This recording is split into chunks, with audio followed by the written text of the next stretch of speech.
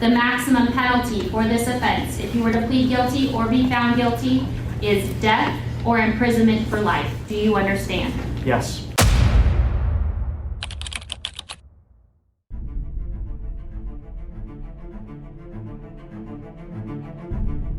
From the Gainesville Ripper to Edmund Kemper, the co-ed killer, and even the infamous Ted Bundy, colleges have indeed witnessed many bone-chilling events of cold-blooded killers, but this was different. In a small-town college that had not recorded a murder in 7 years, a tragedy was about to occur. 4 of the 6 student residents were brutally murdered in the middle of the night. Were they targeted? Why were the other 2 spared? Why did it take so long for police to arrive at the location? Who was the perpetrator? Hello, and welcome to today's episode of Truest Crime. Today we're delving into the gruesome killing of 4 off-campus students at the Idaho University. So, what really happened?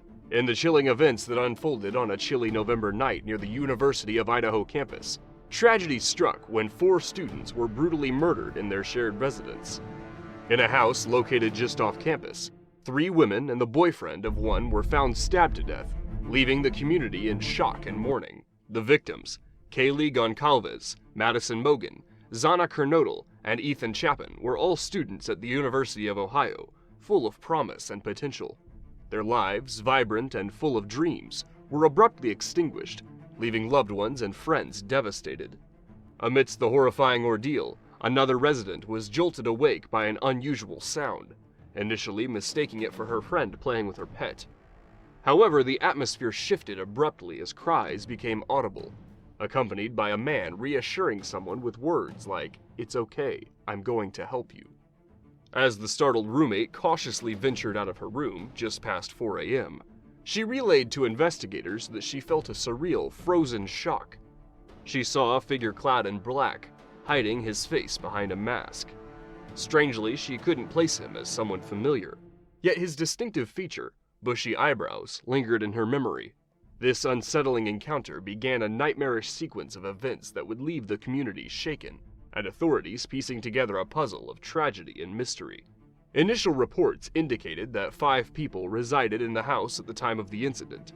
However, conflicting information emerged, with the property management company stating 6 individuals were listed on the lease. This discrepancy has added a layer of intrigue to the investigation, leading to questions and speculation. The peaceful community of Moscow, accustomed to a safe and quiet environment, has been deeply affected by this senseless tragedy. It serves as a stark reminder of the fragility of life and the devastating impact of violence. As the investigation continues, the focus remains on bringing justice to the victims and their families. The community rallies together, offering support to the grieving families and seeking answers.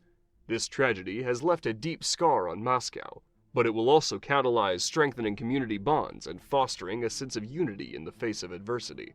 We have a suspect. On November 17, law enforcement officials provided a detailed account of their investigation, shedding light on a chilling sequence of events. They presented a substantial body of evidence that pointed unequivocally to the alleged perpetrator, Brian Kohberger. Cell phone data paints a chilling picture, placing Kohberger's phone near the victim's home on multiple occasions, including the fateful night. This digital trail was further bolstered by the discovery of a knife sheath at the scene, bearing DNA allegedly matching his own. Surveillance footage added another layer of suspicion. Cameras captured a white Hyundai Elantra, matching the model Kohberger owned, cruising near the crime scene around the time of the attack. This detail, coupled with his academic background in criminology, fueled speculation about his potential knowledge of forensic investigation. Public tips, spurred by the Elantra and Kohberger's online behavior, poured in, prompting authorities to delve deeper into his life. A search warrant was secured, and on December 30, 2022, Kohberger found himself apprehended at his parents' home in the Pocono Mountains of Pennsylvania. So, who is Brian Kohberger? Brian Kohberger, a name now etched in tragedy, stands at the center of a swirling storm of speculation and unanswered questions. A PhD student in criminology, his path abruptly shifted from academic pursuits to becoming the prime suspect in the brutal murders of students. Hailing from Pennsylvania, Kohberger's academic career focused on the dark side of human behavior, earning him a master's degree in criminal justice before embarking on his doctoral studies. This background, coupled with his online presence suggesting an interest in stalking and mass violence, inevitably cast a shadow of suspicion when the unthinkable occurred in Moscow. Brian Kohberger was a 28-year-old former PhD student in criminology at Washington State University. Kohberger's background paints a picture of an individual deeply interested in crime and justice. Having previously studied criminal justice at DeSales University, he was enrolled in a criminology program before his arrest. This academic focus, coupled with reports of his fascination with true crime and serial killers, raises interesting questions about his connection to the murders. In December 2022, Kohberger was arrested in Pennsylvania and extradited to Idaho. He faces 4 counts of first-degree murder and 1 count of felony burglary, charges stemming from the brutal deaths of Kaylee Goncalves, Madison Mogen, Zana Kernodle, and Ethan Chapin. Well, let's visit the timeline of events. Zana Kernodle, one of the victims, and her boyfriend, Ethan Chapin, left a party and returned to the off-campus hostel, shared by Miss Kernodle and other roommates, including the 2 victims who were also victims of the tragic events.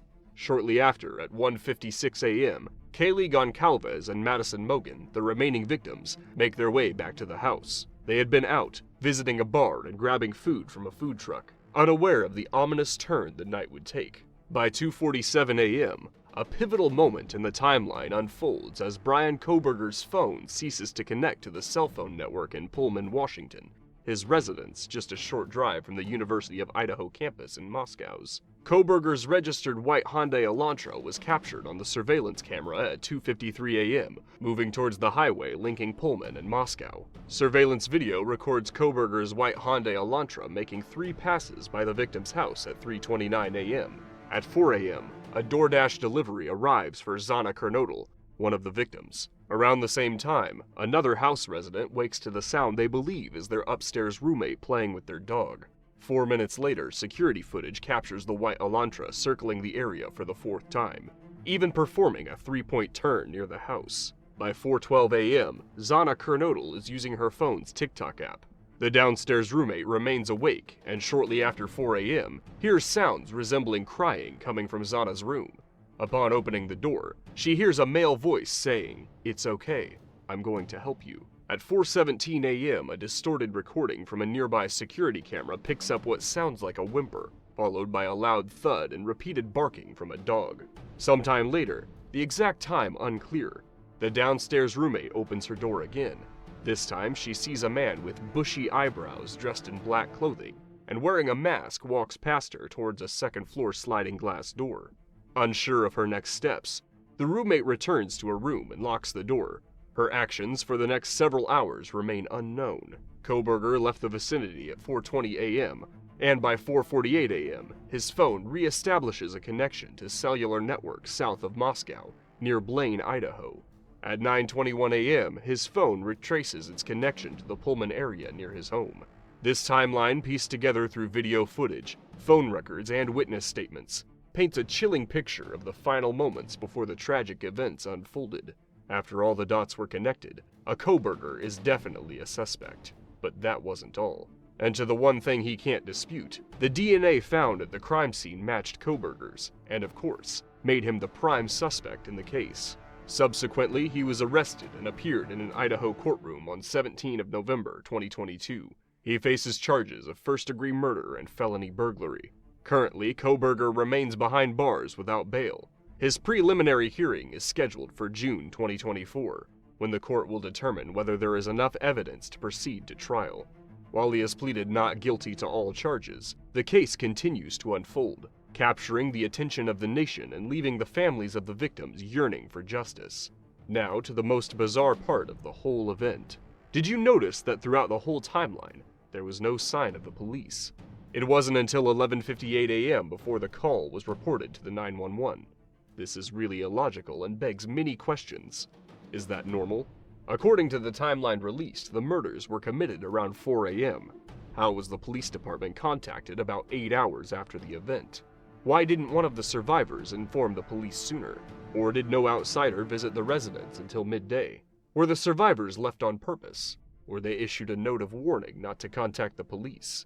From the long, unusual hours before contacting the police to a criminologist being the criminal, This is truly one of the most bizarre cases of all time.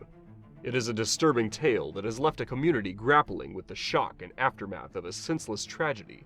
Amid all this, Kohberger pleaded not guilty to the allegations. Is he really not guilty? Was he framed? Nothing is certain yet. Rest assured, we will update you on any latest developments on the cases. Do like, subscribe, and turn on notifications for this channel to avoid missing a bit of the case. See you on the next one.